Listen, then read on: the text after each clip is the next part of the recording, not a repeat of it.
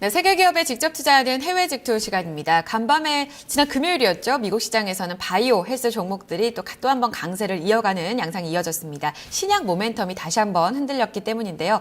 비단 미국뿐만이 아닙니다. 국내 증시에서도 지난 금요일 의약품 업종 굉장히 좀 강한 시세를 보여주고 있고요. 중국 쪽에서도 이 같은 흐름이 반영되고 있습니다. 이 고령화에 대해서 의약품 그리고 헬스케어 업종은 여전히 좀 뜨거운 이슈가 아닐까 싶은데요. 오늘 살펴볼 기업 의약품 업종 가운데서 종목 살펴드리겠습니다. 기업 소개 만나보시죠. 네, 최근 우리나라뿐 아니라 중국에서도 빠르게 고령화가 진행되고 있습니다. 따라서 자연스럽게 헬스케어 산업이 주목받고 있는데요. 오늘은 중국의 헬스케어 기업인 복성의약을 소개해 드리려고 합니다. 복성의약은 중국을 대표하는 헬스케어 기업이라고 해도 과언이 아닌데요. 유통과 제약, 의료 서비스, 또 진단 의료 장비 등 헬스케어 산업 전반적으로 진출해 있는 기업이기도 합니다. 또한 이 기업의 최고 장점은요, 이 의약업계 전반적으로 사업 영역을 확대하고 있는 것이라고 하는데요. 실제로 이 다양한 분야의 M&A를 통해서 성장 동력을 확보하고 있습니다.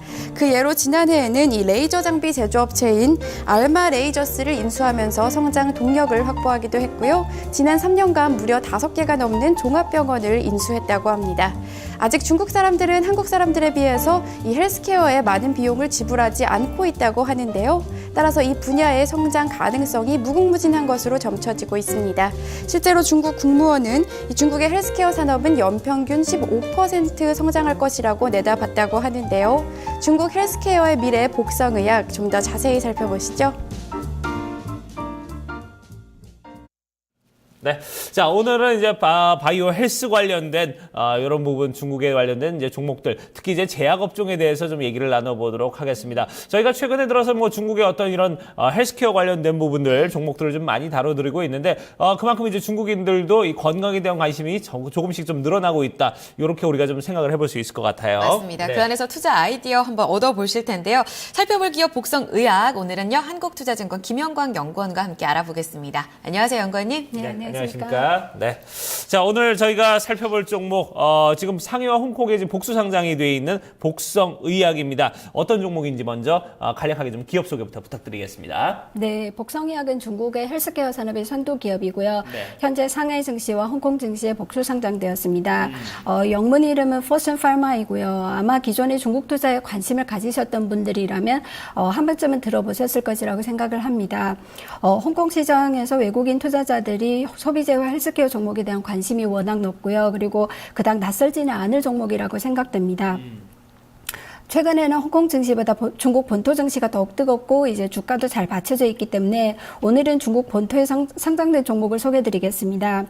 복성의약은 현재 24.6 위안에서 거래되고 있고요. 시가총액은 558억 위안 수준입니다.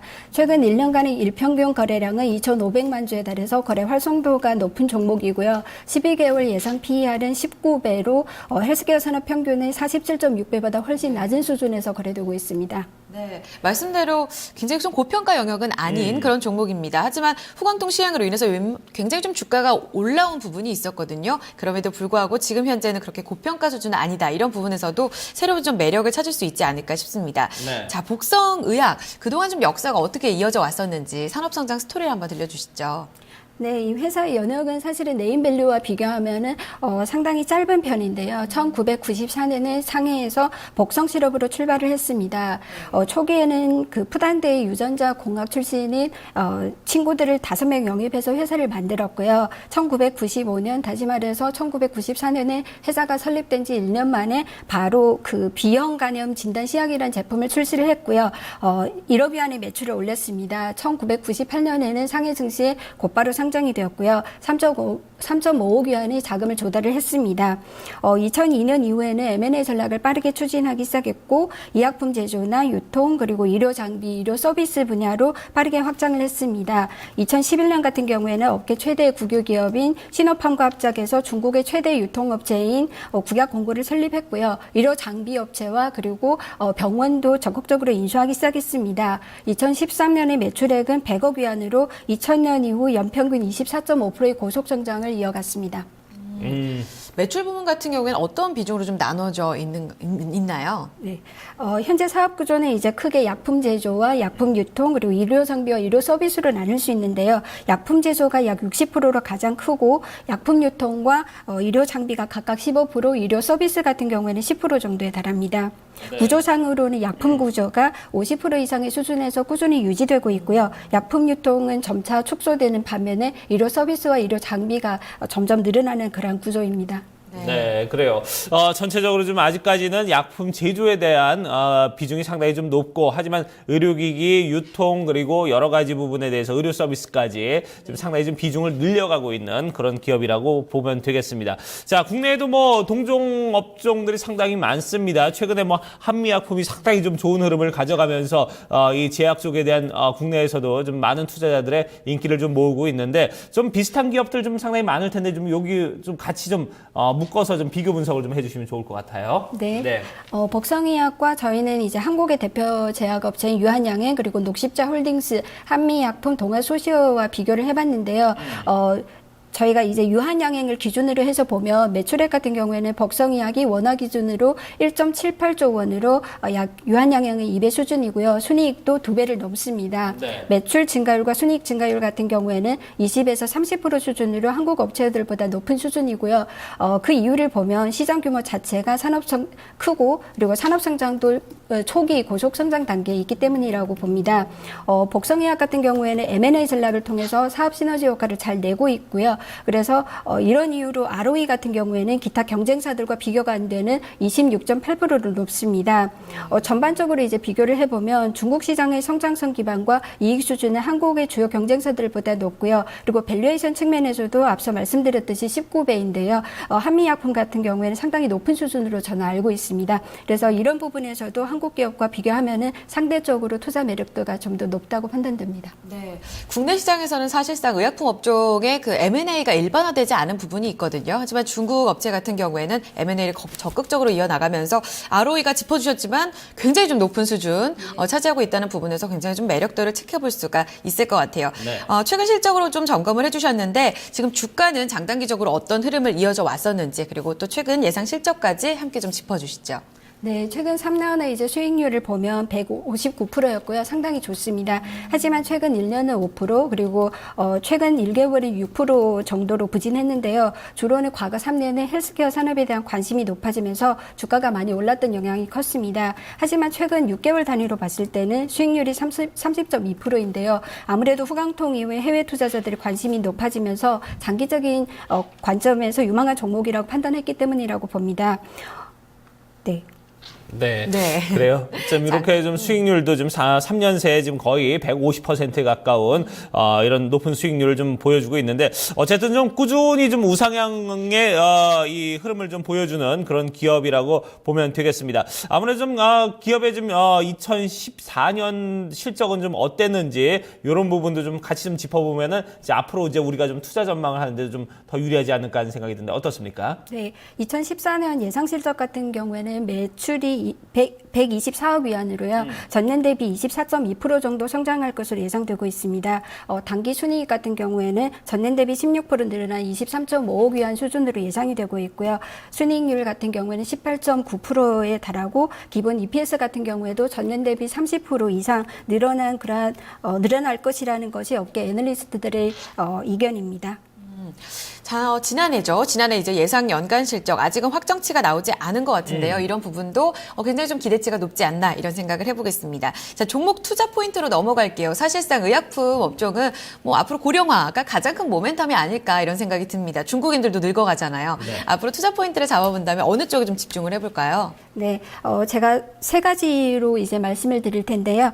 첫 번째 부분은 이제 중국의 헬스케어 산업, 방금 말씀하신 고령화나 아니면 도시화 그리고 중국의 산화 제한 정책과 연관되어 있는 이런 부분입니다. 헬스케어 산업 같은 경우에는 중국 정부의 로드맵에 따르면 2020년까지 8조 위안 늘어날 것이라고 예상을 하고 있고요.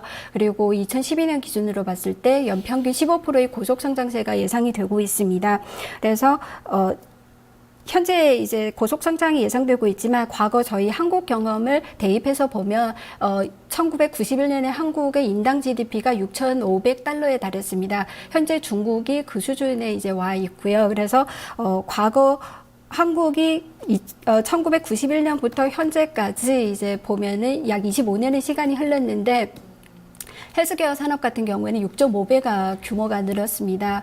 그리고 25년 시간이랑은 상당히 긴 시간이잖아요. 그래서 저희가 한 10년 단위로 잘라서 그래서 1991년부터 2000년까지 예상을 해보면 헬스케어 산업 같은 경우에는 이제 3.5배 늘었고요. 그리고 소비 품목 가운데서도 여러 가지가 있습니다. 뭐 헬스케어나 그리고 의류나 아니면 뭐 식품이나 이런 여러 분야가 있는데 성장성이 높은 분야는 해외 직구 그리고 헬스케어, 레저 문화, 교육 이런 부분이 있습니다. 아무래도 사람들이 이식주행이나 이런 기본적인 소비에서 이제 삶의 질을 개선하는 이런 쪽으로 수요가 좀 늘어나지 않았냐라고 생각을 하고요. 헬스케어 같은 경우에는 3.5배로 높았기 때문에 또 중국 같은 경우에는 그 일가구 일자녀 산화 제한 정책이 있지 않습니까?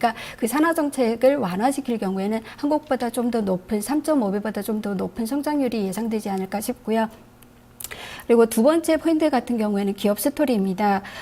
앞서 말씀드렸지만 복성의학 같은 경우에 사업 구조가 다양하고요. 또 우수한 기업들을 인수합병하는 것으로 유명한 그러한 기업입니다. 인수합병 같은 경우에는 사실 사업 부문 통합이란 쉬운 일이 아니지 않습니까? 근데 복성의학은 초기 기업 선정부터 이제 똘똘하고 그리고 그 시장에서 인지도가 높은 기업들을 타겟팅하고 있습니다. 그래서 시너지 효과가 잘 살아나고 있고요. 다시 말해서 이 회사에 투자한다면 앞으로 향후 10년간 뭐 최소 3.5배 늘어날 그러한 헬스케어 산업 전체의 수익을 온전히 향유할 수 있다는 점이 가장 큰 장점이라고 생각하고요. 앞으로 뭐 더 좋은 투자 기회가 생기면 바로 실적이 또 컨덤 전파할 수 있다는 그러한 부분도 있습니다. 그리고 세 번째로 말씀드릴 부분은 중국의 병원 계약 부분인데요. 네.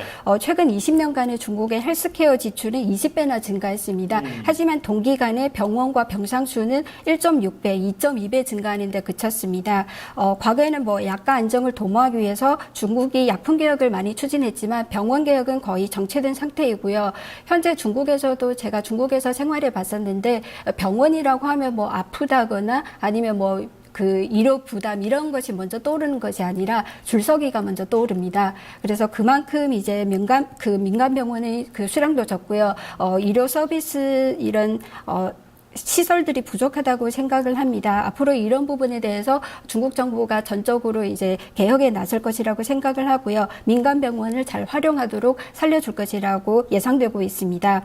이 회사 같은 경우에는 현재 그 중국 현지 종합병원을 9개 인수를 했고요. 다 시장에서 인지도가 높고 그리고 우수한 병원들입니다. 그래서 앞으로는 병원을 50개 그리고 병상수를 2만 개 늘릴 계획을 갖고 있는데 현재 기준으로서는 아마 4배에서 5배 정도 입니다. 그래서 앞으로 의료 서비스 부분에서의 고속 성장도 기대되고 있습니다. 네, 그래요. 자, 이런 여러 가지 좀 성장에 대한 어떤 전망들이 상당히 밝은 그런 기업이라고 좀 볼 수 있을 것 같은데, 자, 그러면 이제 외국계 애널리스트들은 이 부분에 대해서 좀 어떻게 평가를 하고 있는지 상당히 궁금합니다. 네, 현재 매수 의견을 제시한 증권사는 총 10개인데요. 매도 의견을 제시한 곳은 없습니다. UBS 같은 경우에는 목표 주가를 27위안으로 제시했는데 작년 10월쯤에 이런 실적이고요. 현재까지는 거의 다 24.6 위안이니까 거의 다 왔습니다. 그리고 작년 말에 제시했던 뭐 목표 주가들을 보면은 현재 거의 이미 다 달성을 한 상황이고요.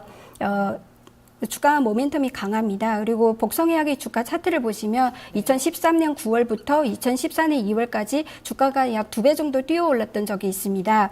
그 이유는 이제 2013년 11월에 시진핑 정부의 정책 로드맵을 결정하는 18기 3중 전회가 있었고요. 그리고 2014년 3월에 전인대가 예정돼 있었기 때문입니다. 차트에서도 이제 보시면 아시겠지만 정책 모멘텀이 아주 강한 종목이고요. 호재 발표 이후에도 이제 주가가 한동안 조정을 받다가 최근에는 다시 호강통 모멘텀으로 강세를 보이고 있고요. 아직은 상승 추세가 지속되고 있는 모습입니다.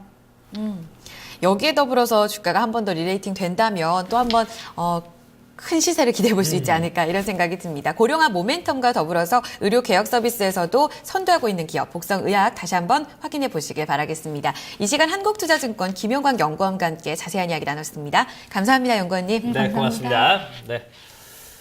자, 이렇게 해외 직투까지 토마토 모닝쇼 2부 순서 이제 모두 마무리를 짓도록 하겠습니다. 잠시 후 3부에서는 또 국내로 이슈를 돌려서 저희 얘기를 나눠보도록 하겠습니다. 잠시 후에 뵙겠습니다.